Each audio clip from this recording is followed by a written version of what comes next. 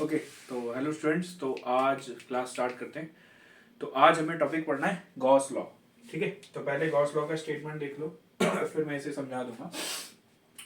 Gauss law states that the total electric flux main point में underline कर दे रहा हूँ, through a close surface.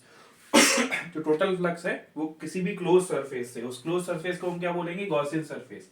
The total electric flux through a close surface of any arbitrary shape, यानी जो surface है वो किसी भी शेप का हो सकता है। क्लोज जो सरफेस होना चाहिए, स्फीयर हो सकता है, क्यूब हो सकता है, क्यूबॉइड हो सकता है, कुछ भी हो सकता है, is equal to total charge enclosed by the surface divided by epsilon naught. ठीक है, तो ये स्टेटमेंट है। अब इसको समझो पहले कि ये है क्या। जैसे मान लो आपके पास कोई चार्ज कॉन्फ़िगरेशन है Q1, ये मान लो Q2, ये मान लिया मैंने Q3, ये मैंने चार्ज कॉन्फ़िगरेशन मान लिया, और कोई चार्ज कॉन्फ़िगरेशन ये Q4 भी है और Q5 भी है। अब मुझे क्या करना है? गॉस लॉ लगाना है। तो मैं एक गॉसियन सरफेस अज्यूम करूंगा। गॉसियन सरफेस बताया था एनक्लोज होना चाहिए, चारों तरफ से बंद होना चाहिए। ठीक है, किसी भी शेप और साइज का हो सकता है, वो मेरी मर्जी कि मैं कैसा गॉसियन सरफेस मानूंगा। तो ये मान लो मैंने गॉसियन सरफेस मान लिया, ये मान लिया गॉसियन सरफेस। ठीक है, तो ये मेरा कौन सा सरफेस हो गया? Gaussian surface. गॉसियन सरफेस मैं इसको क्यूब भी मान सकता था, कुछ भी मान सकता था, रैंडम शेप है, ये स्फीयर भी नहीं है, कुछ भी हो सकता है, टेढ़ा मेढ़ा हो सकता है, कहीं से भी हो सकता है। अब इसके थ्रू जब मैं टोटल फ्लक्स निकालूंगा तो पहले ध्यान से देखो टोटल फ्लक्स निकलेगा कैसे? Flux total. ठीक है, कैसे निकलता था? मैं इस पे छोटा सा वेक्टर ले लूंगा, ये डीए, यहां पर कहीं पर इलेक्ट्रिक फील्ड होगा ई, तो कैसे निकलता था? छोटा सा फ्लक्स निकालो ई डॉट डीए, और इसको इंटीग्रेट कर दिया तो मुझे टोटल फ्लक्स मिल जाएगा। ये जो टोटल फ्लक्स है ये इक्वल किसके होगा? Total charge divided by epsilon naught. Total charge enclosed, ये वर्ड पे ध्यान देना, एनक्लोज्ड। तो total flux is equal to this, that is equal to Q inside upon epsilon naught. ये गॉस लॉ है। ठीक है, सिंपल अगर मैं लिखूं तो मैं सिंपल स्टेटमेंट लिखना चाहूं तो सिंपल इतना लिख दे रहा हूं कि भाई जो टोटल फ्लक्स है किसके थ्रू? गॉसियन सरफेस के थ्रू, वो simple Q inside upon epsilon naught. ठीक है, ये आ गया। अब एक चीज इंटरेस्टिंग है कि ये क्यू इनसाइड का मतलब क्या है? क्यू इनसाइड का मतलब है कि जो गॉसियन सरफेस आपने माना, सिर्फ इसके अंदर के चार्जेस कंसिडर किए जाएंगे, बाहर के चार्जेस कंसिडर नहीं किए जाएंगे। तो यानी इसको कंसिडर करेंगे, इसको कंसिडर करेंगे, इसको कंसिडर करेंगे, बट इसको कंसिडर नहीं किया जाएगा और इसको कंसिडर नहीं किया जाएगा। ठीक है, तो ये फ्लक्स आ गया। अब एक और इंटरेस्टिंग चीज है, यहां पर देखो, ये जो आपने इलेक्ट्रिक फील्ड लिखा है यहां पर कैलकुलेट किया है, ये कौन सा होगा? मतलब कौन सा होगा मतलब किन चार्जेस की वजह से होगा? इनसाइड वाले चार्जेस की वजह से होगा या आउटसाइड वाले चार्जेस की वजह से होगा या टोटल होगा? ये हमें देखना है। और राइट साइड में जो है यहां पे आपने कौन से चार्ज लिए? सिर्फ और सिर्फ इनसाइड चार्जेस। लेकिन ये जो इलेक्ट्रिक फील्ड होगा ये किसकी वजह से होगा? तो आप सोच सकते हो भाई राइट साइड में इनसाइड लिए तो इधर भी इनसाइड आएगा, बट ऐसा नहीं है।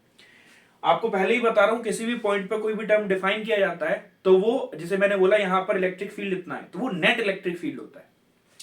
तो यहां पर ये जो इलेक्ट्रिक फील्ड है ना, ये सारे चार्जेस की वजह से है। सारे चार्जेस की वजह से मतलब इनसाइड का भी कंट्रीब्यूशन है और आउटसाइड का भी कंट्रीब्यूशन है। ठीक है, यानी इसमें Q1, Q2, Q3, Q4, Q5 सबका कंट्रीब्यूशन है। अब इसको समझो, मैं बोल रहा हूं ये जो इलेक्ट्रिक फील्ड है ये टोटल चार्जेस की वजह से है। तो लेफ्ट साइड में मैं लिख रहा हूं कि इलेक्ट्रिक फील्ड टोटल चार्जेस की वजह से है, बट राइट साइड में मैं लिख रहा हूं कि केवल इनसाइड के चार्ज कंसीडर किए जाएंगे।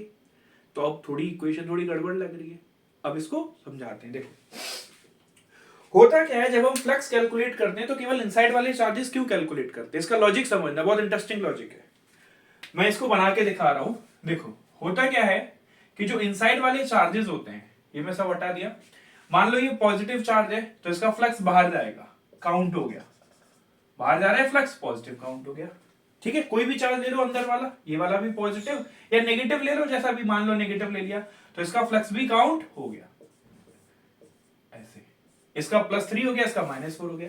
यानी अंदर वाले चार्जेस का फ्लक्स काउंट होता है। पहले ही बताया था, फील्ड लाइंस बाहर जाती है तो इसका पॉजिटिव फ्लक्स हो जाएगा, फील्ड लाइंस अंदर जाएंगी तो नेगेटिव फ्लक्स हो जाएगा। तो यानी अंदर वाले चार्जेस का फ्लक्स काउंट होता है। लेकिन बाहर वाले चार्जेस का फ्लक्स क्यों नहीं काउंट हो रहा? अब ध्यान से देखना, रेड कलर से बना रहा हूं बाहर वाला। मान लो ये पॉजिटिव है तो इसकी फील्ड लाइन बनाओ, ये बन गई इसकी फील्ड लाइन।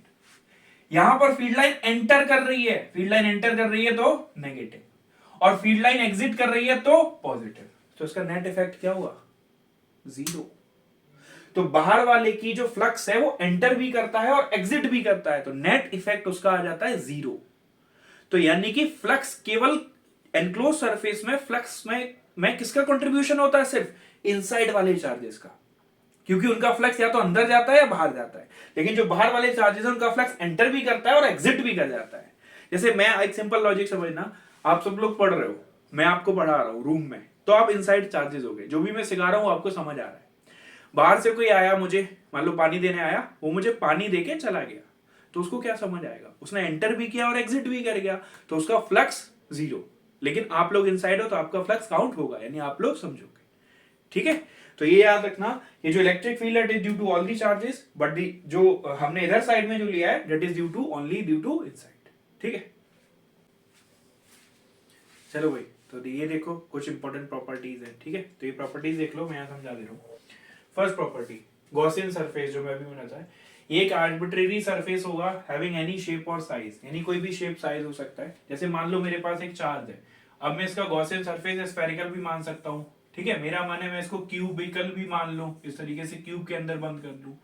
ठीक है, तो यानी ये है स्फीयर मान लूं, क्यूब मान लूं, कैसे भी शेप और साइज हो सकता है, वो मैं अपनी कन्वीनियंस के अकॉर्डिंग डिसाइड करूंगा। ठीक है, next, electric flux is independent of shape. जैसे मान लो अभी मैंने फ्लक्स निकाला था गॉस लॉ के अकॉर्डिंग, तो flux equals Q inside upon epsilon not. मान लो मैंने स्फेरिकल सरफेस माना, तो फ्लक्स कितना आएगा? कितना चार्ज अंदर है? Q upon epsilon naught. ठीक है, अब मान लो आपने मान लिया क्यूबिकल, तो क्यूबिकल के अंदर भी चार्ज कितना है? क्यू ही तो है। तो फ्लक्स जो है वो शेप पे, मतलब उसके शेप पे डिपेंड नहीं कर रहा, इनसाइड चार्ज की वैल्यू पे डिपेंड कर रहा है। ये चार्ज है मेरे पास, चाहे मैं स्फीयर के अंदर बंद करूं चाहे क्यूब के अंदर, क्यू इनसाइड तो सेम ही रहेगा, तो इलेक्ट्रिक फ्लक्स शेप पे डिपेंड नहीं करता। इनकमिंग फ्लक्स नेगेटिव है, आउटगोइंग फ्लक्स पॉजिटिव है, ये मैंने पहले भी बताया था। आप जब घुसते हो क्लास में तो दुखी दुखी घुसे, ठीक है, कभी कभी मन नहीं करता तो फ्लक्स नेगेटिव, खुशी खुशी बाहर निकलते हो क्लास खत्म होती है तो फ्लक्स पॉजिटिव। अब ये इंपॉर्टेंट है, लास्ट वाला देखो, अगर कहीं फ्लक्स जीरो है तो इसका मतलब ये नहीं है कि इलेक्ट्रिक फील्ड जीरो है, इसका मतलब समझना, ये इंटरेस्टिंग है। जैसे मान लो फ्लक्स जीरो, तो बहुत रीजन की वजह से हो सकता है। जैसे मान लो इसके अंदर एक प्लस क्यू चार्ज रखा है, एक माइनस क्यू, तो टोटल क्यू इनसाइड कितना हो गया? Total flux is Q inside upon epsilon naught. तो टोटल फ्लक्स क्या हो गया? टोटल फ्लक्स कितना हो गया? जीरो, क्योंकि plus Q minus Q, total inside charge कितना है? जीरो।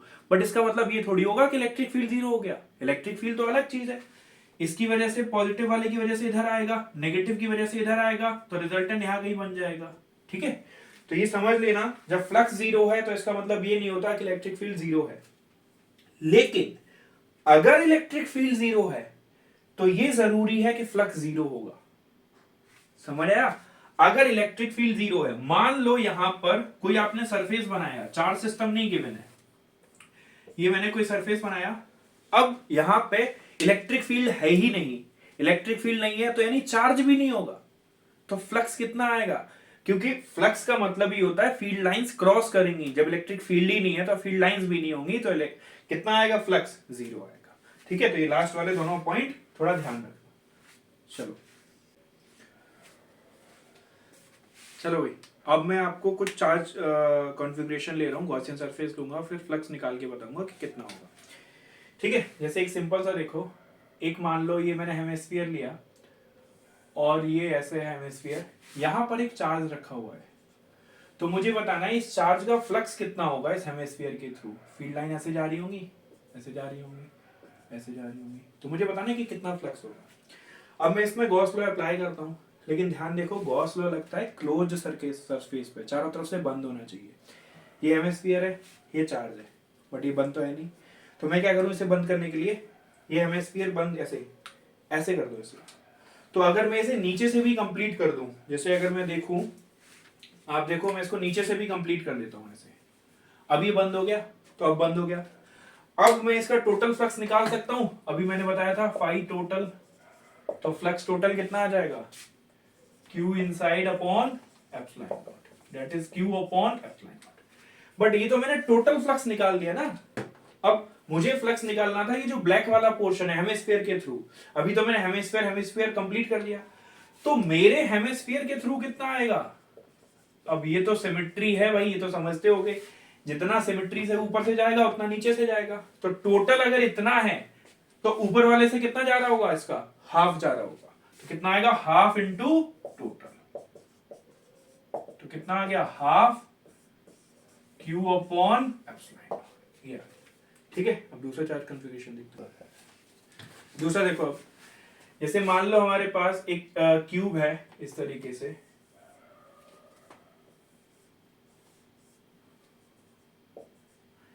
इस क्यूब के सेंटर पे रखा हुआ है चार्ज। अब हमें फ्लक्स बताना है इस सरफेस के थ्रू, ये जो सरफेस है ना इसके थ्रू फ्लक्स बताना है। तो खुद ही सोच के देखो भाई, जैसे आप जिस रूम में बैठे हो वो भी क्यूबिकल है, ठीक है। तो कितने सरफेस है, एक ऊपर एक नीचे एक साइड, 1 2 3 4 5 6 सरफेस हो गए। तो टोटल फ्लक्स कितना होगा, इधर से भी जाएगा, इधर से भी जाएगा, पीछे भी जाएगा, आगे भी जाएगा, लेफ्ट भी जाएगा, नीचे भी जाएगा। तो टोटल फ्लक्स कितना हो गया, इतना। अब रूम में 6 सरफेस हैं, तो 6 में फ्लक्स इक्वली डिस्ट्रीब्यूट हो जाएगा। तो एक सरफेस को कितना मिलेगा, 1/6 मिलेगा ना। तो flux through each face it will B 1/6 Q by epsilon naught. ठीक है। देखो नेक्स्ट देखो, जैसे ये दे रखा है आपको, ये एक स्क्वायर शीट दे रखी है, यहां से एक Q चार्ज है, इससे थोड़ा ऊपर रखा हुआ है। अब हमें बताना है इस स्क्वायर शीट का फ्लक्स कितना होगा, इस Q चार्ज का फ्लक्स कितना होगा स्क्वायर शीट से। अब हमारे लिए कैलकुलेट करना डिफिकल्ट है कि गॉस लॉ तब तक नहीं लगती जब तक कि सरफेस आपका एनक्लोज ना हो। तो क्यों ना मैं इसे कंप्लीट कर दूं, ऐसे मान लूं, ऐसे बना दे रहा भाई, पूरा बन गई, अब कंप्लीट हो गई। ठीक है, जैसे आपका केवल फ्लोर था, आपने दीवारें 4 खड़ी कर दी और ऊपर छत लगा दी, ये कंप्लीट हो गया। अब ये चारों तरफ से कंप्लीट हो गया तो मैं निकाल सकता हूं। तो फ्लक्स टोटल कितना आएगा, Q बाई एप्सिलॉन नॉट। तो हमें तो नीचे वाले के थ्रू पता करना था, ब्लैक वाला पोर्शन, तो ब्लैक वाले पोर्शन के थ्रू यानी बेस लिख दे रहा हूं मैं, कितना आएगा 1/6, जो भी बताया था वही हो जाएगा।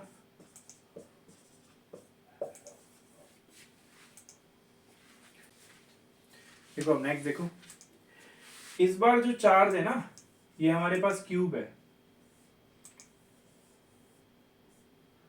चार्ज जो है वो क्यूब के कॉर्नर पे रखा हुआ है। इसको ध्यान से समझना, ये क्वेश्चन ऐसे रखा हुआ है। अब हमें इस क्यूब के थ्रू फ्लक्स निकालना है, इस क्यूब के थ्रू फ्लक्स निकालना है। चार्ज जो है वो कॉर्नर पे रखा हुआ है, यानी इधर बाहर निकला हुआ है क्यूब चार्ज। तो इस क्यूब के थ्रू कितना फ्लक्स होगा। अब ध्यान से समझो, आप जिस रूम में बैठे हो उसको इमेजिन करो। मान लो कॉर्नर में एक चार्ज रखा हुआ है, तो जो चार्ज है उसका कुछ हिस्सा आपके रूम में होगा, कुछ हिस्सा पीछे और साइड वाइड में निकला होगा। अब हमें गॉस लॉ लगाना है, तो हमें सारे चार्ज को कवर करना होगा। अब कैसे कवर होगा, ध्यान से समझो। उस कॉर्नर को देखो अपने रूम के, ये रूम है, इसके जस्ट पीछे मैं एक रूम मान लूं, ठीक, अपने रूम के बगल में एक रूम मान लूं, और फिर उसके पीछे एक रूम मान लूं। तो ऊपर कितने रूम हो गए, 1 2 3 4 रूम हो गए। ऊपर का आधा स्फीयर कवर हो गया, 1 रूम 2 रूम 3 रूम 4 रूम।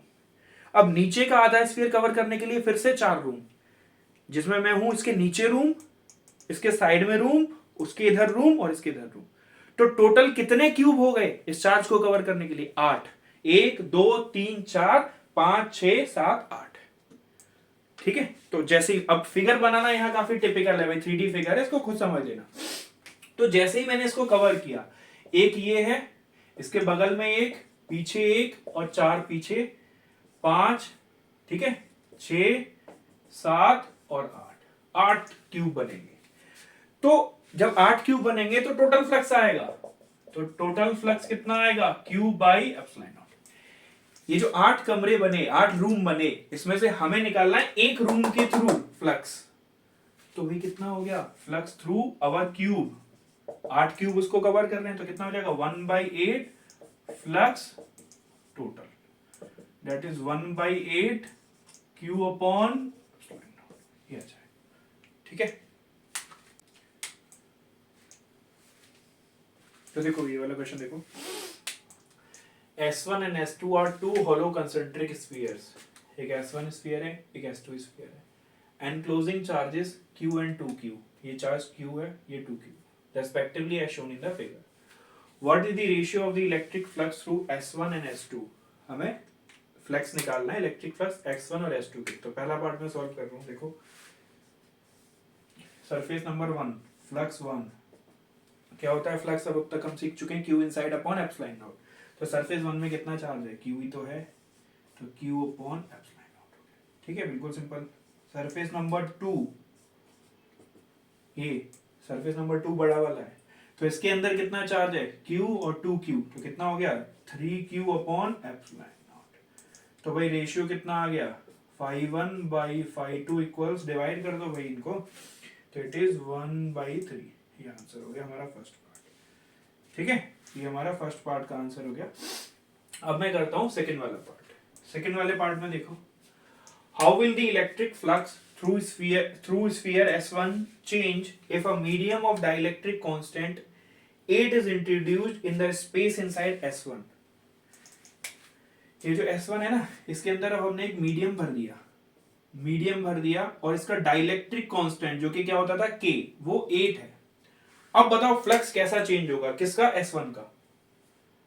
अब ये मैं आपको पहले ही बता चुका हूं, जब हमारी ये आप आगे भी काम आएगा, जब हमने फोर्स में चेक किया था, अगर कोई मीडियम है जिसका डाइलेक्ट्रिक कांस्टेंट K होता है तो फोर्स K टाइम्स कम हो जाती है। सिमिलरली अगर कोई मीडियम डाइलेक्ट्रिक कांस्टेंट K है तो इलेक्ट्रिक फील्ड K टाइम्स कम हो जाता है। तो पहले जो भी इलेक्ट्रिक फील्ड था यहां पर अंदर, अब वो 8 टाइम्स कम हो गया होगा।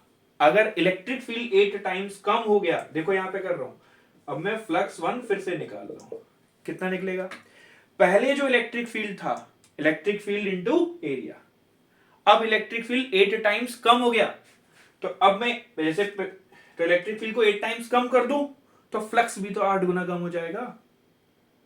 लॉजिक समझ आ रहा है। तो सिंपल में क्या लिख दूंगा, जो पहले फ्लक्स था डिवाइडेड बाई 8 ये आ जाएगा। अब पहले फ्लक्स था कितना, Q upon 8 epsilon not. Simple है, जैसे ही आपने डाइलेक्ट्रिक कांस्टेंट डाला तो इलेक्ट्रिक फील्ड उतने टाइम्स कम हो गया। अगर इलेक्ट्रिक फील्ड कम हो गया तो नंबर ऑफ फील्ड लाइंस कम हो गई, नंबर ऑफ फील्ड लाइंस कम हो गई तो फ्लक्स उतने ही टाइम्स कम हो गई। तो देखो ये वाला क्वेश्चन देखो, a line charge having linear charge density lambda, ये कोई लाइन चार्ज है, ये आपको लाइन चार्ज दे रखा है, ठीक है, इसका लीनियर चार्ज डेंसिटी जो है वो कितना है, lambda, is enclosed bye A spherical Gaussian surface. ये स्फेरिकल गॉसियन सरफेस है, आपको दे रखा है रेडियस r दे रखा है। Find electric flux through the spherical Gaussian surface. ये एक लाइन चार्ज है, ये गॉसियन सरफेस इन्होंने बना के दे रखा है, ये गॉसियन सरफेस है, तो हमें इसके थ्रू इलेक्ट्रिक फ्लक्स बताना है। तो अब ध्यान से देखो, ये जो गॉसियन सरफेस है इसके अंदर कितना चार्ज आ रहा है, यहां से लेके यहां तक का। जैसे अगर मैं बोलूं A से लेके B तक का, तो इसके अंदर का चार्ज कितना हो जाएगा, Q इनसाइड। तो पहले मुझे Q इनसाइड निकालना पड़ेगा, क्योंकि अगर मैंने Q इनसाइड निकाल दिया तो समझो फ्लक्स आ गया। अब ये हमें थोड़ा देखना पड़ेगा, लीनियर चार्ज डेंसिटी लैम्डा होती कितनी है, चार्ज अपॉन लेंथ। तो इसके अंदर लेंथ कितनी आ रही है, मान लो मैं लेंथ मान लेता हूं कितनी, L, यहां से यहां तक की लेंथ L। अब मुझे ये बताओ ये डिस्टेंस कितना होगा, ये r है ये d है, तो ये डिस्टेंस कितना हो गया, under root r square minus d square. ये समझ आ रहा होगा, हाइपोटेन्यूज ये बेस। तो सिमिलरली अगर इससे भी जोड़ोगे तो ये नीचे वाली लेंथ भी कितनी होगी, r square minus d square, ठीक है। तो लैम्डा क्या होता है, चार्ज अपॉन लेंथ, ये आपको पहले ही बताया था। जितना चार्ज लोगे उसी के अकॉर्डिंग लेंथ लेना पड़ेगा। मैं A से B तक का चार्ज ले रहा हूं, तो A से B तक के चार्ज को मैं क्या बोल सकता हूं, Q इनसाइड। तो A से B तक की लेंथ लेनी होगी, A से B तक की लेंथ कितनी होगी, L। L किसके बराबर है, दिस प्लस दिस। L को मैं यहां राइट में लिख दे रहा हूं, under root r square plus d minus d square plus under root r square minus d square. ये तो समझ आ गया। लेंथ कितनी डाल दूं मैं, L। तो Q इनसाइड कितना आ गया भाई, लैम्डा इंटू एल, तो लैम्डा एल की वैल्यू डाल दो 2√r² माइनस एल स्क्वायर, ये हो गया भाई। तो ये क्यू इनसाइड आपका निकल के आ गया, फ्लक्स निकाल दो। फ्लक्स इज, ये तो पता ही है तुमको,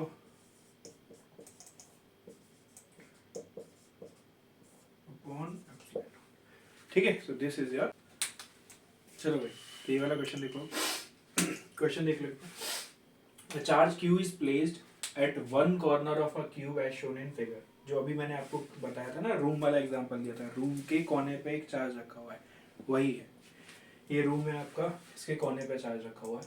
find the flux of the electric field through the shaded area. ये शेडेड एरिया आपको दे रखा है, इसके थ्रू आपको फ्लक्स बताना है। ठीक है, ठीक है। अब इसको समझने से पहले वापस से पहले उसी पे चलते हैं जो हमारे पास था। इसको ध्यान से समझना आप। मैं इस पे वापस आऊंगा। ये हमारे पास क्यूब होता था, ये हमने अभी क्यूब पढ़ा था। ये आप जिस रूम में बैठे हो उसी का एग्जांपल दिया था मैंने। ये यहाँ पे चार्ज होता है, तो कितने हमें रूम चाहिए होते हैं इस चार्ज को घेरने के लिए? एक ये, जैसे ये इधर इधर इधर इधर, 1 2 3 4 5 6 7 8 चाहिए होते हैं। तो 8 के through Q upon epsilon not निकला था, तो 1 के थ्रू कितना निकलेगा? ध्यान से समझ लो, 1 के थ्रू निकलेगा, तो इस क्यूब के थ्रू कितना निकला था? फ्लक्स थ्रू क्यूब कितना निकला था? बोलो भाई, 1/8 Q अपॉन एप्सिलॉन नॉट, ये निकला था। ये आ गया। अब हमें बताना, अब फिर सिंपल समझना, बहुत इंटरेस्टिंग है। चार्ज को मान लो उस कोने में, ठीक, वहां से फील्ड लाइन जा रही है। अब 3 सरफेस जो होंगे जिसको ये कंटेन करेगा, जैसे मान लो मैं इस पॉइंट का नाम दे दे रहा हूं P। 3 सरफेस ऐसे होंगे जिसको ये कंटेन करेगा। एक सरफेस ये साइड वाला, एक ये ऊपर वाला आपको दिख रहा है, और एक ये बगल वाला। ध्यान से देखना, इसके थ्रू फील्ड लाइन कैसी जाएंगी? पैरेलल, अपर वाले पैरेलल, नीचे वाले। तो इसके थ्रू फ्लक्स कितना हो जाएगा? 0। कोने पे रखा है, इस वाली दीवार के थ्रू फ्लक्स 0, इस वाली दीवार के थ्रू फ्लक्स 0, और ये जो फ्लोर के थ्रू फ्लक्स 0। तो इनके थ्रू कोई भी फ्लक्स नहीं जा रहा। तो फ्लक्स जा किनके थ्रू रहा है? उस चार्ज का फ्लक्स जा रहा है सामने वाली दीवार के थ्रू, ये वाली दीवार के थ्रू, और ऊपर वाली दीवार के थ्रू। अगर मान लो वो P पॉइंट है, उस P पॉइंट से जितनी भी वॉल्स कनेक्टेड हैं उनके थ्रू फ्लक्स 0 है, और यानी 3 कनेक्टेड है, तीनों के फ्लक्स 0 है। और जो 3 वॉल्स कनेक्टेड नहीं है, यानी सामने, लेफ्ट और अपर, इनके थ्रू फ्लक्स टोटल जा रहा है। तो इन तीनों में यूनिफॉर्मली बढ़ जाएगा। तो यानी जो क्यूब के थ्रू फ्लक्स था वो इतना था, अब ये 3 दीवारों में बढ़ जाएगा। इनको मैं रेड कलर से लिख रहा हूं, 1 2 3 के थ्रू 0, ये 4 वाली, ये 5 वाली, और ये वाली जो हो जाएगी, समझ रहे हो ना, ये वाली, इसके थ्रू कितना हो जाएगा आपका? 6। 3 में बढ़ जाएगा। तो ये जो फ्लक्स है क्यूब, ये 3 में बटेगा। तो एक दीवार के थ्रू कितना आया? एक दीवार के थ्रू कितना आया? ईच मतलब फेस के थ्रू, 3 फेस के थ्रू 0 है। कौन से 3 फेस? 1 2 3, जो इस पॉइंट को कंटेन कर रहे हैं। ठीक है, 2 वाला अपर है, मतलब बाहर की तरफ है। 4 5 6 के थ्रू फ्लक्स इक्वली डिस्ट्रीब्यूट हो रहा है, तो 3 में बढ़ गया। तो कितना हो जाएगा? 1/3 of flux through the cube. तो 1/3 into 1/8 Q by epsilon naught. तो Q अपॉन 24 एप्सिलॉन नॉट आ गया। तो एक फेस के थ्रू फ्लक्स 4 5 6 किसी भी एक के थ्रू कैलकुलेट कर लो तो कितना आ जाएगा? Q upon 24 epsilon not. अब क्वेश्चन पे आओ। ये चार्ज Q, ये इसके सामने है, तो फ्लक्स पास हो रहा होगा। तो टोटल, हमें तो टोटल के थ्रू निकाला ना हमने फेस, लेकिन इसने केवल आधा फेस दे रखा है। तो इस आधे फेस के थ्रू कितना? Half Q by 24 epsilon not. ऊपर वाला फेस के थ्रू भी जा रहा होगा फ्लक्स, जो कि इतना था, लेकिन हमने आधा ले रखा है, तो आधे के through half Q by 24 epsilon naught. इन दोनों को जोड़ दो, दोनों को फ्लक्स जोड़ दो, तो टोटल फ्लक्स कितना आ गया? ये Q by 48 epsilon not, Q by 48 epsilon naught, तो Q बाई 24 एप्सिलॉन नॉट। ये आपका आंसर है। ठीक है, सिंपल कॉमन समझना चाहते हो जैसे समझ लेते। इन दोनों फ्लक्स के थ्रू सेम है जो कि Q/24 एप्सिलॉन नॉट है। इसका आधा हिस्सा हटा दिया, आधा हिस्सा आधा आधा लिया है, आधा आधा मतलब पूरा हो गया, यानी Q/24 एप्सिलॉन नॉट। तो ये देखो अब डेरिवेशन करते हैं, एप्लीकेशन ऑफ गॉस लॉ पे चल रहे हैं, तो अब डेरिवेशन करते हैं। Electric field due to infinite line charge uniformly distributed, इसको हम पहले कूलम्स लॉ से भी कर चुके हैं, ठीक है, तो अब मैं गॉस लॉ से कर रहा हूँ। एक हमने इनफाइनाइट लाइन चार्ज ले लिया, ये रहा infinite line charge, dotted line represent कर रही है कि ये ऊपर तक जा रहा है, ये डॉटेड लाइन रिप्रेजेंट कर रही है नीचे ऊपर तक जा रहा है। यूनिफॉर्म चार्ज डिस्ट्रीब्यूशन है, साइड में लिखा हुआ है यूनिफॉर्म चार्ज, ठीक है। इसमें कौन सी चार्ज डेंसिटी गिवन होगी, लाइन चार्ज है तो कौन सी चार्ज डेंसिटी गिवन होगी, लैम्डा गिवन है। अब मुझे इससे r डिस्टेंस पे इलेक्ट्रिक फील्ड निकालना है, तो मैं एक गॉसियन सरफेस अज्यूम करूंगा। अब ध्यान से देखो क्या बताया था, गॉसियन सरफेस कैसा होना चाहिए, बंद चारों तरफ से। ये लाइन चार्ज है तो गॉसियन सरफेस में सिलिंड्रिकल मानूंगा ऐसा, लेकिन ये यहाँ से खुला रह गया तो यहाँ से ढक्कन लगा दूंगा, ऐसे ग्लास है ऐसे और ढक्कन लगा दिया, नीचे से भी लगा दिया, ठीक है, तो ये बन गया हमारा गॉसियन सरफेस। ध्यान से देखो गॉसियन सरफेस कैसा बनेगा, ये मेरा गॉसियन सरफेस बन गया, ये मेरा गॉसियन सरफेस बन गया, ठीक है। इसके चारों तरफ ऊपर से बंद है और नीचे से भी बंद है। अब इस गॉसियन सरफेस के कितने फेस आगे, सरफेस को अगर मैं डिनोट करूं तो कितने फेस आगे मेरे पास, ये ऊपर ढक्कन लगा हुआ है सरफेस नंबर 1, ये सरफेस नंबर 2, ये सरफेस नंबर 3। कितने डिस्टेंस पर है ये गॉसियन सरफेस, r डिस्टेंस पर, ठीक। अब मुझे टोटल फ्लक्स निकालना है और फिर गॉस लॉ अप्लाई करना है। तो 3 सरफेस आ गए अलग अलग, तीनों के वेक्टर अलग अलग। ये सरफेस नंबर 1, इसका एरिया वेक्टर ऊपर dA, ठीक, इसका एरिया वेक्टर dA इधर सरफेस के परपेंडिकुलर होता है, इसका एरिया वेक्टर dA इधर। अब सिंस ये पॉजिटिव चार्ज है तो electric field will be away from the charge, तो इलेक्ट्रिक फील्ड इधर E, इधर E और इधर E। तो अब मैं टोटल फ्लक्स कैलकुलेट कर दूं, तो देखो टोटल फ्लक्स ध्यान से देख लो तीनों में, यहाँ पहले वाले में थीटा 90 डिग्री है, यहाँ थीटा 0 डिग्री है, यहाँ पर थीटा 90 डिग्री है, ठीक। तो जब मैं टोटल फ्लक्स निकालूंगा तो it will be flux due to 1 plus flux due to 2 plus flux due to 3। Flux due to 1 बताओ, तो ये मुझे पता है फ्लक्स का फॉर्मूला E डॉट dA, यहाँ पे मैं 1 लिख दे रहा हूँ, 1 मतलब सरफेस डिनोट करने के लिए 1 लिख दे रहा हूँ, plus E dot dA surface 2 plus E dot dA surface 3। अब वैल्यू डालना, पहले वाले में थीटा 90 डिग्री है, दूसरे में 0 डिग्री है, तीसरे में 90 डिग्री है, तो ये वैल्यू डाल देता हूं मैं इसकी, E dA cos 90 degree, E dA cos 0 degree, E dA cos 90 degree. देखो ये आप देख सकते हो, पहले में 90, ये 1 था, ये 2 था, ये 3 था, cos 90 0 होता है, 0 0। तो नेट फ्लक्स में कौन बचा भाई, इतना ही तो बचा, ये जो हमारा बचा, ये सरफेस नंबर 2 बचा केवल, ये तो 0 हो गया, ये भी 0 हो गया, तो E अंदर dA, कौन सा सरफेस बचा, सरफेस नंबर 2। इसको थोड़ा सॉल्व करो E। अब ध्यान से देखो 3 सरफेस थे हमारे, ये ऊपर वाला सरफेस 1 था, फिर 2 था, फिर 3 था, इसके थ्रू फ्लक्स 0 हो गया 90 डिग्री की वजह से, इसके थ्रू फ्लक्स मेंटेन है, इसके थ्रू फ्लक्स 0 हो गया। ये कौन सा एरिया है, सिलेंडर है, सिलेंडर का कौन सा एरिया है, कर्व्ड सरफेस एरिया, ठीक है।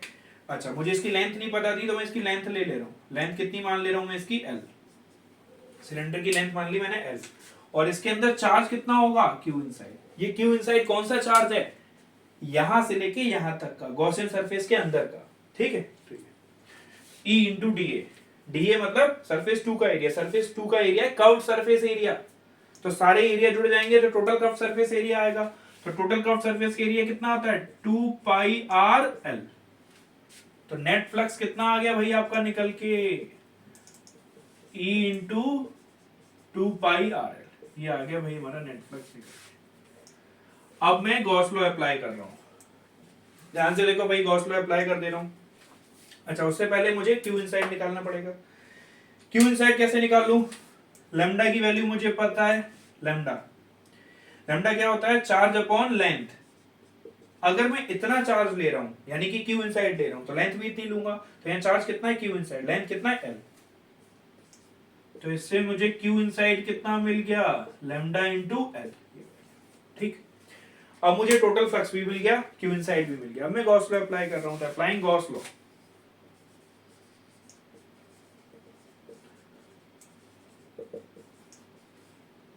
तो गॉस लॉ अप्लाई करो भाई। गॉस लॉ तो सिंपल है, net flux Q inside upon epsilon not Q. Net flux की वैल्यू डालो E 2 pi r L, Q inside ये रहा lambda L upon epsilon not, L से एल कैंसिल आउट हो गया, तो E कितना आ गया सॉल्व होके, खुद ही बता दो, 2 पाई आर उधर चले जाएगा, तो E comes out to be lambda upon 2 pi epsilon naught r. Check करो, यही फॉर्मूला हमारा तब निकला था जब हमने इसे कूलम्ब्स लॉ से किया था। ये ज्यादा बेटर तरीका होता है गॉस लॉ, आसान होता है, उसमें काफी डिफिकल्टी होती है। तो E equals lambda upon 2 pi epsilon naught. तो देखो अब ये दूसरा करते हैं, electric field due to infinite plane sheet. ठीक, देखो तो मैं एक इनफाइनाइट प्लेन शीट बना लेता हूँ, चलो इसको थोड़ा आगे बनाता हूँ। ये मैंने एक शीट बना ली। अच्छा ये इनफाइनाइट है, यानी ऊपर तक जा रही होगी ये शीट और नीचे तक भी जा रही होगी। अब हम इनफाइनाइट तो बना नहीं सकते, तो हमने ऐसे बना लिया। अच्छा, चार्ज जो डिस्ट्रीब्यूटेड है वो यूनिफॉर्मली चार्ज डिस्ट्रीब्यूशन है। सीट जो है वो किसमें आती है, लीनियर सरफेस या वॉल्यूम, सरफेस चार्ज डिस्ट्रीब्यूशन में, तो इसका सिग्मा हमको गिवन है। अब मुझे इसकी वजह से वो निकालना है। ठीक है, तो मैं क्या करता हूँ, इसका गॉसियन सरफेस बनाता हूँ। अब ध्यान से देखना इसका गॉसियन सरफेस कैसे बनेगा। ये शीट है, तो फिर से मैं सिलेंडर लूंगा, सिलेंडर को ऐसे एंटर किया इधर से और ये इधर निकल आया, सिलेंडर को ऐसे एंटर किया और ये इधर निकल आया, यानी ये सिलेंडर है और बीच में शीट है ऐसे। ठीक है, तो मैं इसको बना के दिखा रहा हूँ। देखो इसको, मैंने ये लिया, सिलेंडर को एंटर किया, ये सिलेंडर आया, यहां से एंटर करेगा, ये पीछे ऐसे निकल आएगा। थोड़ा 3D फिगर है, इसका व्यू थोड़ा देख लेना। एक सिंपल है, वैसे तो सिंपल समझोगे, वही से एक शीट में से सिलेंडर को आर पार निकाल दिया। फिर से सिलेंडर को बंद होना चाहिए, तो 3 सरफेस, ये बंद किया, ये बंद किया, सिलेंडर, तो 3 सरफेस बन गए। फिर से सरफेस नंबर 1, कर्व सरफेस 2 और ये सरफेस नंबर 3। फिर से मैं टोटल फ्लक्स कैलकुलेट करूंगा और फिर कैलकुलेट करूंगा। सबसे पहले मुझे एरिया वेक्टर बताओ, इसका एरिया वेक्टर इसके परपेंडिकुलर DA, इसका एरिया वेक्टर इसके परपेंडिकुलर DA और इधर का एरिया वेक्टर इसके परपेंडिकुलर DA। अब ये पॉजिटिव शीट है, तो electric field will be away from the sheet, तो इलेक्ट्रिक फील्ड इधर away from the sheet, away from the sheet. अब मैं वही नेट फ्लक्स कैलकुलेट करूंगा, फिर सॉल्व करूंगा। फ्लक्स नंबर 1 पे थीटा कितना है, खुद ही देख लो, 0 डिग्री। यहाँ पे थीटा कितना है, 90 डिग्री। यहाँ पर थीटा कितना है, 0 डिग्री। इनका यूज करूंगा मैं। ठीक है, तो मैं नेट फ्लक्स निकाल रहा हूं। नेट फ्लक्स वही तरीका, flux 1, flux 2, flux 3। Net flux E dot DA surface number 1, E dot DA surface 2 plus E dot DA surface number 3। Value डाल दो भाई इसकी, E DA कॉस कितना, फर्स्ट वाले में कितना एंगल है, 0 डिग्री 1 के थ्रू। E DA कॉस कितना है दूसरे वाले में, 90 डिग्री, प्लस तीसरे वाले में E DA कॉस कितना है, 0 डिग्री। इस बार बीच वाला 0 हो गया, कॉस 90 0 हो गया, बाकी ये 2 बचे। तो नेट फ्लक्स में कौन कौन बचा, पहला वाला। अच्छा, अब एक चीज देखो, ये जो सिलेंडर मैंने यहां से एंटर किया और इधर से निकला है, तो यहाँ एरिया होगा कुछ इसका A, तो जितना एरिया इसका है इतना ही तो यहाँ एंटर करेगा, तो यहाँ पर भी एरिया कितना हो गया ए, और यहाँ पर भी एरिया कितना हो गया ए। अब गॉसियन सरफेस के अंदर जो चार्ज होता है, जो भी चार्ज इसके अंदर होगा उसको मैं क्या बोलूंगा, क्यू इनसाइड। ठीक है, जो इस गॉसियन सरफेस के अंदर चार्ज है वो क्यू इनसाइड। एरिया कितना है A, area A, area A, area A. अब देखो यहां पर बचा आपके पास ई डी ए सरफेस 1, ये तो 0 हो गया, वो वाला बचा E D a surface number 3। Surface number 1 का छोटा वेक्टर है डी ए, सारे एरिया जोड़ दोगे, इंटीग्रेशन सारे एरिया जोड़ देगा तो कितना एरिया जाएगा ए। तो नेट फ्लक्स कितना आ जाएगा, ई को तो बाहर निकाल देता हूं, इंटीग्रेशन डी ए प्लस ई को बाहर निकाल दिया, इंटीग्रेशन डी ए। तो नेट फ्लक्स कितना आ गया भाई, ई इंटू डी ए छोटा एरिया, सारे एरिया जोड़ दोगे तो टोटल एरिया आ जाएगा ए, प्लस इसके भी सारे एरिया जोड़ दोगे तो टोटल एरिया आ जाएगा ए। ए नेट फ्लक्स कितना आ गया भाई, यही तो हमें निकालना था, 2EA। ये आ गया भाई आपका नेट फ्लक्स। ठीक है, तो ये आ गया आपका नेट फ्लक्स।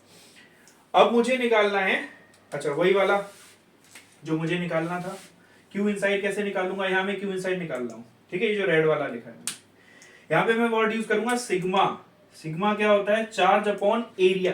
ध्यान से देखना, अगर मैं ये एरिया लूंगा, ये वाला हिस्सा ले रहा हूं, तो इसके अंदर चार्ज कितना है, क्यू इनसाइड। एरिया कितना है ए, जितना चार्ज उतना एरिया, तो चार्ज कितना है, क्यू इनसाइड अपॉन एरिया। तो इससे क्यू इनसाइड कितना आ गया तुम्हारे निकल के, सिग्मा इंटू ए। देखो भाई नेट फ्लक्स भी निकाल दिया तुमने, क्यू इनसाइड भी निकाल दिया। अब मैं यहाँ पे क्या अप्लाई कर दूं, ये मैंने लाइन बना दी, गॉस लॉ अप्लाई कर, applying Gauss law. Gauss law क्या बोलता है, net flux equals Q inside upon epsilon naught. Net flux की वैल्यू बताओ, 2EA, ये मैं डाल दे रहा हूं 2EA। क्यू इनसाइड कितना है, सिग्मा ए अपॉन एप्सिलॉन, ए से ये कैंसिल आउट। इलेक्ट्रिक फील्ड कितना आ गया, सिग्मा अपॉन 2 एप्सिलॉन नॉट। इसको याद रखना, इलेक्ट्रिक फील्ड डिस्टेंस पे डिपेंड नहीं करता, सिंपल सिग्मा अपॉन एप्सिलॉन। पिछली बार जो हमने वायर वाला निकाला था वो lambda upon 2 pi epsilon naught r आया था, यानी आर के इनवर्सली प्रोपोर्शनल था। तो देखो अब हमें पता करना है electric field due to uniformly charged solid sphere. ठीक है, स्फीयर लिखा है यानी सॉलिड स्फीयर है, यहाँ मैं लिख भी देता हूँ, चलो सॉलिड स्फीयर। और एक चीज इंटरेस्टिंग है, वो नॉन कंडक्टिंग होना चाहिए, क्योंकि जब वो कंडक्टिंग हो जाएगा तो चीजें बदल जाएंगी, वो हम आगे पढ़ेंगे। तो ये अब पहले मैं इसमें समझा देता हूँ कि हमें करना क्या है, फिर हम करेंगे। एक स्फीयर है, ये इस तरीके से सॉलिड स्फीयर है, यूनिफॉर्मली चार्ज डिस्ट्रीब्यूटेड है, चार्ज पूरा फैला हुआ है। मुझे इलेक्ट्रिक फील्ड निकालना है, कैसे निकालना है ध्यान से समझना। यहाँ पर हूँ मैं, पहले एक पॉइंट इनसाइड दी स्फीयर निकालना होगा, ये पॉइंट मैंने ले लिया x, जो कि इनसाइड दी स्फीयर है, पहले मुझे यहाँ पे निकालना पड़ेगा। फिर मैं निकालूंगा आउटसाइड दी स्फीयर, तो एक पॉइंट y ले लूंगा, फिर यहाँ पहुंच जाऊंगा मैं यहाँ। तो एक स्फीयर है, यूनिफॉर्मली चार्ज डिस्ट्रीब्यूटेड है, क्यू चार्ज, उसके हमें अंदर इलेक्ट्रिक फील्ड निकालना है और बाहर इलेक्ट्रिक फील्ड निकालना है। ठीक है, तो ये हमें बेसिकली करना है। तो मैं इसे करके दिखा रहा हूँ, देखो भाई इसको। ठीक है, तो पहले मैं इनसाइड निकालता हूँ। मैंने क्या किया, फर्स्ट मैं निकाल रहा हूँ इनसाइड द स्फीयर। मैंने ये लिया, स्फीयर लिया,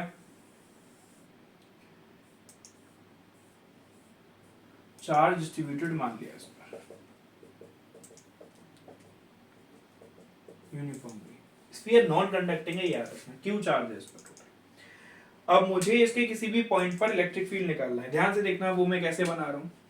ये सेंटर ऑफ द स्फीयर है, यहां से मैं r डिस्टेंस पर हूं, इस x पॉइंट पर मुझे इलेक्ट्रिक फील्ड निकालना है।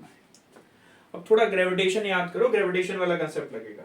ठीक है, तो मैं जहां पर खड़ा हूं, जहां मुझे इलेक्ट्रिक फील्ड निकालना है, वहीं से मैं एक गॉसियन सरफेस बना देता हूं। ठीक है, तो मैंने यहां एक गॉसियन सरफेस बना दिया, क्लियर, स्फेरिकल गॉसियन सरफेस। अब मैं इस गॉसियन सरफेस पे, तो इसके अंदर का चार्ज जो होगा वो कितना कहलाएगा, क्यू इनसाइड। तो अब मैं गॉस लॉ अप्लाई करूंगा। तो अब एक चीज थोड़ा ध्यान से सोचो, पहले मुझे क्यू, जब मैं गॉस लॉ इस पे अप्लाई करूंगा तो मुझे जरूरत पड़ेगी चार्ज की, तो मैं कौन सा चार्ज ले सकता हूं, केवल Q inside. Total charge capital Q है, वो पूरे में फैला है, लेकिन मैं कितना चार्ज ले सकता हूँ, केवल क्यू इनसाइड, क्योंकि मेरा गॉस लॉ इतना सरफेस है। अच्छा, इनसाइड इसका टोटल रेडियस कितना है, टोटल रेडियस होगा इसका आर। तो हम यहां पर है, तो यानी हम लिख सकते हैं आर की वैल्यू कैपिटल आर से क्या है, कम। अब मैं निकालता हूं, अब ये स्फीयर जो होगा वो कौन सी चार्ज डेंसिटी लेगा, लैम्डा, सिग्मा या रो, तो ये वॉल्यूम चार्ज डेंसिटी है, तो ये लेगा रो। अब मैं पहले क्यू इनसाइड निकाल लेता हूं इसका, क्योंकि क्यू इनसाइड की मुझे जरूरत पड़ेगी। तो मैं क्यू इनसाइड कैसे निकालूं, रो क्या होता था, चार्ज अपॉन वॉल्यूम, आपको बताया था, चार्ज अपॉन वॉल्यूम बताया था।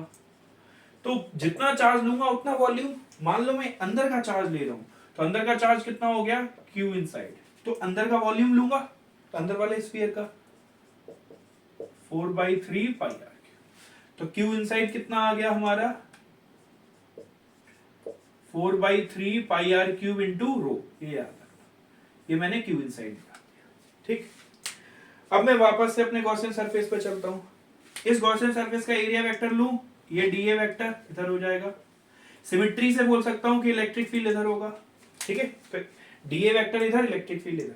अब मैं गॉस लॉ अप्लाई कर रहा हूं, नेट फ्लक्स जो होता है वो Q inside upon epsilon not के इक्वल होता है। तो नेट फ्लक्स जो है उसको मैं कैलकुलेट करूंगा Q inside upon epsilon naught. Net flux को कैलकुलेट कैसे करूं, close integration E dot D equals Q inside, ये रहा, वैसे मैं चाहूं तो लिख सकता हूं Q inside 4/3 pi are cube into rho, E D E भी इधर है, डीए भी इधर है, cos 0 degree equals 4/3 pi are cube into rho. E बाहर आ जाएगा क्योंकि कांस्टेंट है, पूरे स्फीयर पे सेम डिस्टेंस है तो सेम वैल्यू है, तो ई बाहर, अंदर कितना बचेगा, dA 4/3 pi are cube into rho. तो ई डीए को क्या लिख सकते हो, डीए इसका छोटा सा एरिया, सारे छोटे छोटे एरिया, ये स्फीयर का सारे छोटे छोटे टोटल सरफेस एरिया आ गया। टोटल सरफेस एरिया कितना होता है भाई, 4 पाई आर स्क्वायर, तो कितना आ गया 4/3 पाई आर क्यूब इंटू रो।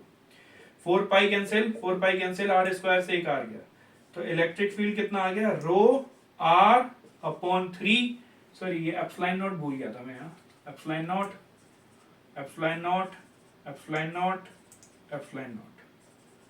याद होने का यही तो फायदा होता है। मुझे याद था ना आंसर ये आएगा, तो मुझे पता चल गया कि एप्सिलॉन नॉट गायब है। तो electric field is rho r upon 3 epsilon naught, ये आ गया। मैं इसको चार्ज के टर्म्स में भी लिख सकता हूँ, तो इसको याद रखना, electric field is rho r upon 3 epsilon naught. मैं ये भी लिख सकता हूँ कि E is proportional to R, वही प्रोपोर्शनल आ रहा है। चलो चार्ज के फॉर्म में लिखना चाहूँ तो कैसे लिख सकता हूँ, देखो मैंने बोला था रो को मैं अपने हिसाब से लिखूंगा, यानी कि अगर मैंने छोटा चार्ज लिया तो छोटा वॉल्यूम, तो रो को मैं ये भी तो लिख सकता हूँ total charge upon total volume. भाई टोटल चार्ज कितना है, क्यू, और टोटल वॉल्यूम बड़ा वाला वॉल्यूम, तो अगर मैं रो को वो लिख दूं तो टोटल चार्ज कितना है, Q, total volume 4/3 pi r Q, तो इससे मुझे रो मिल गया। इसकी वैल्यू डाल दूं मैं इसमें, इज कितना, रो की वैल्यू डाल रहा हूं, रो ये रहा, Q upon 4/3 pi are cube into r upon 3 epsilon naught, 3 से 3 गया तो ये आ जाएगा आपका, अच्छा 4 pi epsilon naught, 4 pi epsilon naught, चलो मैं लिख दे रहा हूं, Q r upon into r cube. इसको क्या लिख सकते हैं भाई, 1/4 पाई एप्सिलॉन नॉट को के लिख दो, तो k Q r upon r cube. दिमाग में कुछ घंटी बजी, ग्रेविटेशन जाके चेक करना, वहां पर ग्रेविटेशन फील्ड आता था GMR अपॉन आर क्यूब। ठीक है, तो यहां पर इलेक्ट्रिक फील्ड आ गया KQR अपॉन आर क्यूब। ये मैंने कौन सा वाला पार्ट किया है, इसके इनसाइड वाला। अब मैं इसके आउटसाइड वाला भी कर देता हूं, इसका आउटसाइड वाला कितना आएगा। ठीक है, तो ये इनसाइड वाला इलेक्ट्रिक फील्ड जो है वो हमारा निकल आया। आउटसाइड वाला देख लो कि आउटसाइड वाला कितना होगा, ये रिजल्ट याद रखना,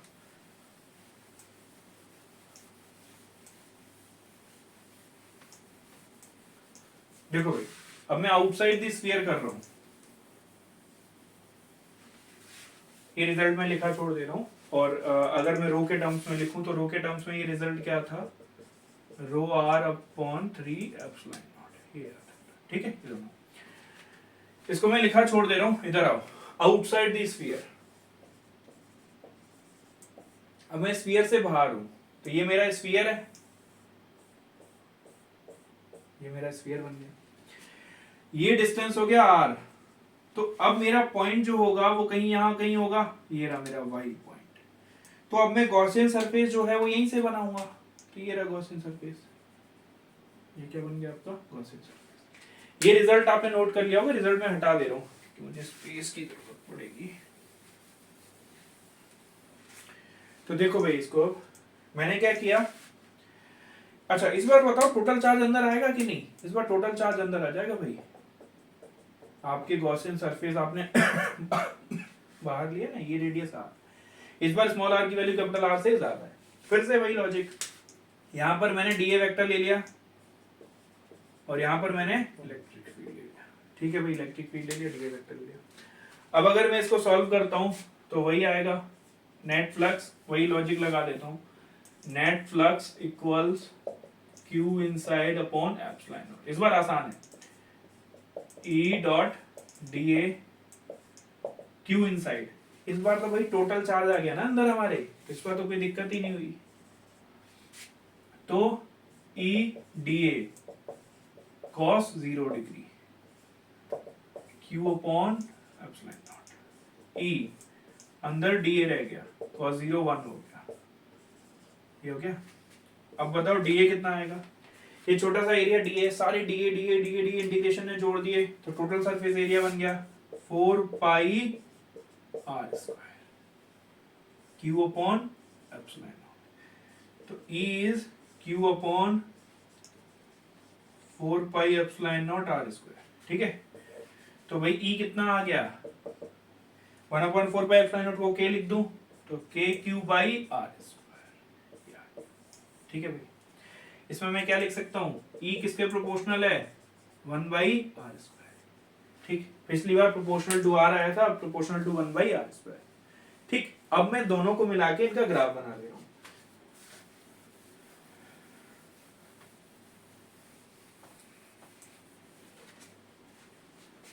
तो देखो भाई, हमने निकाला E इनसाइड कितना आया था हमारा, मैं k Q r upon r Q, ये वाला लिख दे रहा हूँ, रो आर वाला भी फॉर्मूला लिख सकते हो। और इसमें हमने समझ लिया था कि E प्रोपोर्शनल टू आर आ रहा है, E आउटसाइड कितना आया जो भी हमने निकाला, कितना, के क्यू अपॉन कितना है भाई, के क्यू अपॉन अभी तो निकाला आर स्क्वायर। तो E किसके प्रोपोर्शनल है, 1/r², ठीक। तो देखो भाई इसको कैसे करेंगे सिंपल सॉल्व, पहले डायरेक्टली प्रोपोर्शनल का ग्राफ बनेगा, कब तक, जब तक आप अंदर हो, अंदर से चलना शुरू करोगे, जब तक सरफेस पे आओगे तब तक अंदर ही हो, यानी डायरेक्टली प्रोपोर्शनल। फिर उसके बाद इनवर्सली प्रोपोर्शनल का ग्राफ बनेगा। यहां पर आप कहां आ गए, सरफेस पे, सरफेस पे वैल्यू कितनी लिख सकता हूं मैं, k Q upon small are की वैल्यू कैपिटल आर के बराबर, ये यहां डायरेक्टली क्यों बनाए, क्योंकि E किसके प्रोपोर्शनल है, R के। यहां इनवर्सली क्यों बनाए, क्योंकि E किसके प्रोपोर्शनल है, r² के, ठीक है। तो ये हमारा फाइनल हो गया। चलो तो देखो, अब हम करेंगे electric field due to uniformly charge spherical shell, shell मतलब प्लास्टिक की बॉल होती है ना अंदर से हॉलो, तो वही शेल, शेल को दूसरे फॉर्म में हम ये हॉलो स्फीयर भी बोल सकते हैं, ठीक। तो देखो यहाँ पर भी वही करेंगे, पहले ये जो शेल है इसके अंदर वाले पॉइंट पर, फिर इसके बाहर पॉइंट पर कि कितना होगा, ठीक। तो इसको देख लेते हैं। तो पहले मैं कर रहा हूं इनसाइड दी शेल,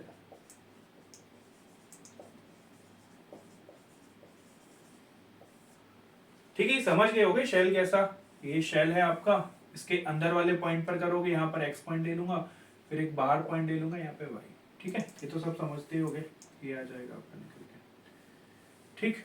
तो देखो inside the shell, small r की वैल्यू कैपिटल R से, ये मेरा शेल है, पॉजिटिव चार्ज यूनिफॉर्मली डिस्ट्रीब्यूटेड। अब मैं यहाँ से पॉइंट जाऊंगा, ये मेरा पॉइंट हो गया, ठीक है भाई, ये वाला मेरा पॉइंट हो गया। यहाँ पे मैं गॉसियन सरफेस बना देता हूँ, ये मेरा गॉसियन सरफेस बन गया। तो मैं अभी कितने डिस्टेंस पर हूँ, स्मॉल आर, ठीक है, और इसका टोटल रेडियस कितना है, कैपिटल आर। तो मुझे पता है स्मॉल आर कैपिटल आर से कम है। यहाँ पर मैं थोड़ा सा एरिया वेक्टर ले लूँ, डी ए, इलेक्ट्रिक फील्ड जो भी होगा, अभी मैंने सिर्फ रिप्रेजेंट कर दिया। जब मैं इसको सॉल्व करूंगा तो नेट फ्लक्स यानी close integration E dot d ए को किसके इक्वल करूं, Q inside upon epsilon not करूंगा। क्या इस गॉसियन सरफेस के अंदर कोई चार्ज आ रहा है, नहीं आ रहा, तो क्यू इनसाइड जीरो। अब क्यू इनसाइड जीरो, तो इधर जो भी करोगे आप ई, तो इलेक्ट्रिक फील्ड कितना आ जाएगा, E D A cos 0 degree. Cos 0 कितना आ गया, 1, तो ई डी ए 0 आया, तो ई कितना आ गया, 0। अच्छा, आप में से बहुत से लोग ये सोचोगे जैसे ही क्यू इनसाइड 0 होगा तो मैं डायरेक्ट ई को 0 कर देता। जरूरी नहीं है ई डॉट डी ए 0 ई की वजह से हो, वो डॉट प्रोडक्ट की वजह से भी 0 हो सकता है। इस वजह से मैंने उसको पूरा सॉल्व किया, फिर इसको लिखा ई इक्वल 0। तो ये तो मैंने कर दिया इनसाइड। अगर मान लो मैं आउटसाइड करना चाहूं, तो आउटसाइड जब करूंगा, अच्छा काफी बार इसमें सरफेस पे भी करवा लेते हैं कि सरफेस पे करके दिखा दो, तो सरफेस पे करके दिखा दे रहा हूं। सरफेस ऑफ सेल यानी मैं सेल के सरफेस पर हूं, ये है मेरा शेल, सरफेस मतलब जस्ट आउटसाइड, तो मैं यहां पर हूं, क्यू चार्ज है मेरे पास, तो मैं जो हूं वो यहां पर हूं एकदम सरफेस पर। तो यहां पे गॉसियन सरफेस बनाऊंगा, इसका मतलब एकदम बाहर, मतलब ये मेरा है तो इसके एकदम बाहर। एकदम बाहर से क्या होगा, जो भी आप बनाओगे तो सारा चार्ज उसके अंदर आ जाएगा। देखो रेड पोर्शन के अंदर आ रहा है सारा ब्लैक पोर्शन। अच्छा, सरफेस पे होने का फायदा मतलब वो इम्प्लीकेशन क्या है कि स्मॉल आर की वैल्यू कैपिटल आर के बराबर होगी। जब आप इनसाइड होते हो तो स्मॉल आर लेस होता है, यहाँ पे बराबर होगी। तो इस बार जब अप्लाई करूंगा तो यहाँ पे छोटा सा वेक्टर लिया डी ए और ए ई, तो close integration E dot d ए किसके बराबर, Q inside upon epsilon naught E D A cos 0 degree. Q inside भाई कितना चार्ज आ रहा है, इस रेड पोर्शन के अंदर टोटल चार्ज आ तो गया, तो Q upon epsilon naught E integration D A cos 0 1 हो गया, Q upon epsilon naught E 4 pi are square. ध्यान से देखो, अब तक मैं स्मॉल आर स्क्वायर लिख रहा था, लेकिन स्मॉल आर कैपिटल आर के बराबर है, तो 4 pi capital R square Q upon epsilon not. इसको इधर डाल दो, Q upon 4 pi epsilon not capital R square. Finally answer लिख दे रहा हूं मैं, इज कितना हो गया, के क्यू बाई आर स्क्वायर। यहां पर इतना आया था सरफेस पे के क्यू बाई कैपिटल। अब मैं आउटसाइड दी शेल डाल रहा हूं,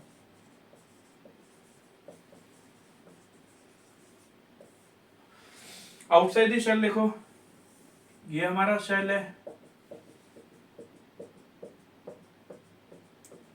यहां पर जा रहा हूं, इस बार मेरा पॉइंट यहां पर है, ये कोई वाई पॉइंट है, तो इस बार मैं गॉसियन सरफेस यहां बनाऊंगा भाई, ये बन गया मेरा गॉसियन सरफेस। तो कोई नहीं, इस बार तो बहुत आसानी से सारा चार्ज उसके अंदर आ गया। इस बार ये मेरा आर है, तो आर की वैल्यू कैपिटल आर से क्या है, ज्यादा, तो फिर से वही लगा दिया, E dot T A Q inside upon epsilon naught E D A cos 0 degree. Total charge आ गया ई इंटीग्रेशन डी ए, ये आगे निकल के Q by epsilon naught E 4 pi, Gaussian surface का एरिया लेना है भाई, अंदर वाले शेल का एरिया नहीं लेना है, तो 4 पाई स्मॉल आर स्क्वायर, तो कितना आ गया ई, इसको नीचे लिखो, Q upon 4 pi epsilon naught small r square. 1/4 pi epsilon naught को क्या लिख सकते हो, के क्यू बाई आर स्क्वायर। तो यहाँ पे कैसा प्रोपोर्शनल आ रहा है, इनवर्सली प्रोपोर्शनल, ठीक है। पहले 0 आया, सरफेस पे ये वैल्यू आई, और फाइनली इनवर्सली प्रोपोर्शनल, ठीक है। तो ये आ गया। अब अगर मैं इसका जैसे ये मैंने बना दिया, ठीक, अब अगर मैं इसका ग्राफ बना के दिखाऊं आपको, तो ग्राफ में इजीली बना सकता हूं। तो पहला वाला मैं हटा रहा हूं, बीच वाले में बना दे रहा हूं। यहाँ ग्राफ बना रहा हूं इसका, देखो भाई ग्राफ, ध्यान से देखना ग्राफ। अगर मैं इसका ग्राफ बनाऊंगा, ये electric field versus distance r, centre से चलना शुरू करूंगा 0 0 0 0 0, जब तक सरफेस पे आऊंगा तो कितनी वैल्यू रहेगी हमेशा 0। तो जब तक सरफेस पे चलोगे तो 0, ये 0 चल रहा है। जैसे ही सरफेस पे आ गया सडनली वैल्यू जंप करके के क्यू बाई आर स्क्वायर, तो सडनली जंप करके ये यहाँ पहुंच गया, ये पहुंच गया। फिर आप बाहर जा रहे हो, जब बाहर जाओगे आउटसाइड तो इनवर्सली प्रोपोर्शनल का ग्राफ बनेगा, ऐसा ग्राफ। ठीक है भाई, तो यहाँ 0 से स्टार्ट किया, यहाँ पे सरफेस पे आ गया r इक्वल्स आर पे वैल्यू कितनी है के क्यू बाई आर स्क्वायर। ये तो आप क्लियर समझ ही गए होंगे। यहाँ पर E 0 है, यहाँ पर E 1 बाई आर स्क्वायर के प्रोपोर्शनल। ठीक है, तो this is our electric field due to spherical shell. चलो अभी देखो electric field due to uniformly charge cylinder. देखो इसमें तो फिर से हमें वही यूनिफॉर्मली चार्ज सिलेंडर है, उसके इनसाइड पता करना है और आउटसाइड पता करना है। तो पहले मैं इनसाइड दी सिलेंडर बता रहा हूं।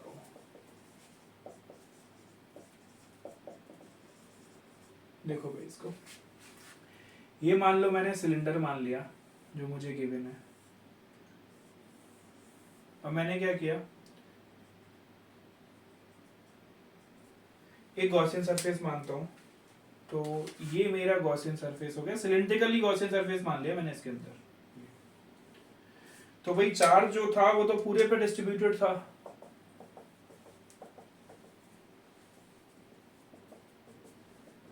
लेकिन मेरा गॉसियन सरफेस ये रेड वाला है, तो मुझे कौन सा चार्ज लेना है, सिर्फ इसके अंदर वाला। ठीक है, इसकी लेंथ मैंने कितनी मान ली, स्मॉल एल, इसकी रेडियस कितनी मान ली, स्मॉल आर। ठीक है, सिलेंडर की टोटल रेडियस कितनी है, कैपिटल आर। तो अब सिलेंडर क्या है, ऐसा सिलेंडर है तो वॉल्यूम होगा। तो पहले मैं क्यू इनसाइड निकाल दूं आपके लिए, Q inside charge upon volume. अगर मैं गॉसियन सरफेस का चार्ज ले रहा हूं तो कितना, सॉरी मैं रो लिखता हूं, rho is charge upon volume. अगर मैं गॉसियन सरफेस ले रहा हूं तो क्यू इनसाइड अपॉन वॉल्यूम, इसका वॉल्यूम कितना आ जाएगा भाई, सिलेंडर है तो pi are square into l, तो वॉल्यूम आ गया इसका pi are square into l. इससे मुझे क्यू इनसाइड मिल गया कितना, pi are square l into rho, ये मिल गया। ठीक, अब मैं इसको अप्लाई कर देता हूँ, गॉस लॉ लगाता हूँ। तो यहाँ पे लगाया मैंने d A vector, electric field vector. तो गॉस लॉ लगाऊंगा तो close integration E dot d A Q inside upon epsilon naught E D A cos 0 degree, same direction 0 degree, Q inside pi are square l rho upon epsilon naught E integration D A pi are square l rho upon epsilon naught, ये आ गया। अब ये D A कितना होगा, अच्छा ध्यान से देखो, गॉसियन सरफेस का हमें केवल कर्व्ड सरफेस चाहिए, क्योंकि ये कर्व्ड सरफेस का ही तो डी ए वेक्टर है। ठीक है, तो वो कितना आ जाएगा आपका 2 पाई आर एल, तो pi are square l rho upon epsilon naught, pi gets cancelled, 1 r gets cancelled और एल गेट्स कैंसिल्ड, ई कितना बचा, 2 तो बच गया भाई हमारा। पाई हटाया, एक आर हटा और एल गया, तो rho r upon 2 epsilon naught. तो अगर मैं ग्राफ बनाऊं तो ई प्रोपोर्शनल टू आर बनना है। ठीक है, ये मैंने इनसाइड कर दिया। अब मैं आउटसाइड निकाल के दिखाता हूं।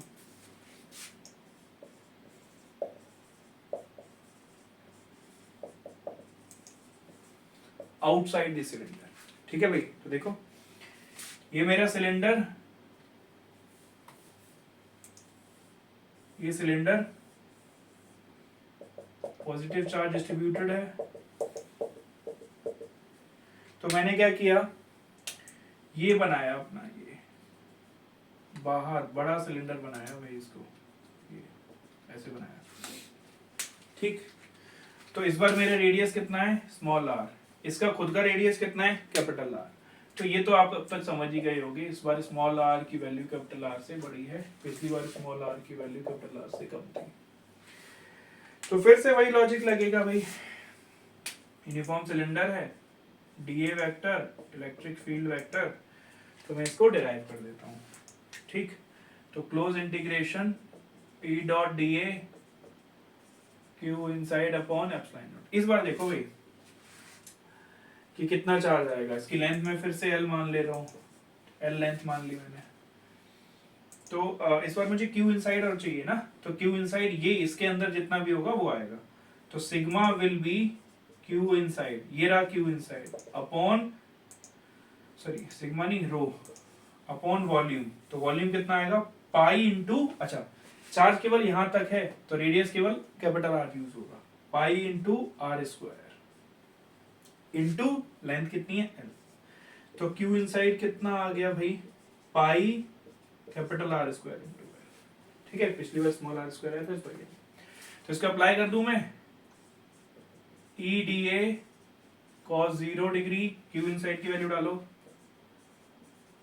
पाई are square l upon epsilon naught, E D A integration pi are square l upon epsilon naught, E बाहर आ जाएगा इंटीग्रेशन डी ए। तो इंटीग्रेशन डी ए कितना आएगा, ध्यान से देखो, जब आप एरिया कैलकुलेट करोगे ना यहाँ पर, तो गॉसियन सरफेस का कैलकुलेट करोगे, गॉसियन सरफेस का रेडियस है स्मॉल आर, ई इंटू, और वो भी कर्व सरफेस एरिया, तो 2 pi r into l, 2 pi r into l. ठीक है, पाई से पाई गया, एल से एल गया, electric field comes out to be, और भी कुछ था हमारे पास, रो भी था ना, हमने ये रो का मल्टीप्लाई नहीं किया, इधर रो का मल्टीप्लाई कर दो, रो रो रो, तो rho r square upon 2r epsilon naught. ठीक, अगर मैं यहाँ पे चेक करूं तो E कैसे प्रोपोर्शनल है, 1/r। तो भाई ग्राफ बना सकते हो, बिल्कुल, यहाँ पर डायरेक्टली प्रोपोर्शनल, वहां पर इनवर्सली प्रोपोर्शनल। ठीक है, तो मैं अगर इसका ग्राफ बनाऊं, एक जगह ये हटा के मैं ग्राफ बना देता हूं, तो जब तक आप अंदर रहोगे तो डायरेक्टली प्रोपोर्शनल, जैसे ही बाहर जाओगे तो इनवर्सली प्रोपोर्शनल। ठीक है, ये याद रखना, ये इलेक्ट्रिक फील्ड, ये डिस्टेंस, ये सरफेस पे आ गए directly proportional, sorry small r के, inversely proportional to small r. ठीक है भाई, तो दिस इज अवर फाइनल। तो गॉस लॉ का नेक्स्ट टॉपिक स्टार्ट करेंगे नेक्स्ट क्लास में।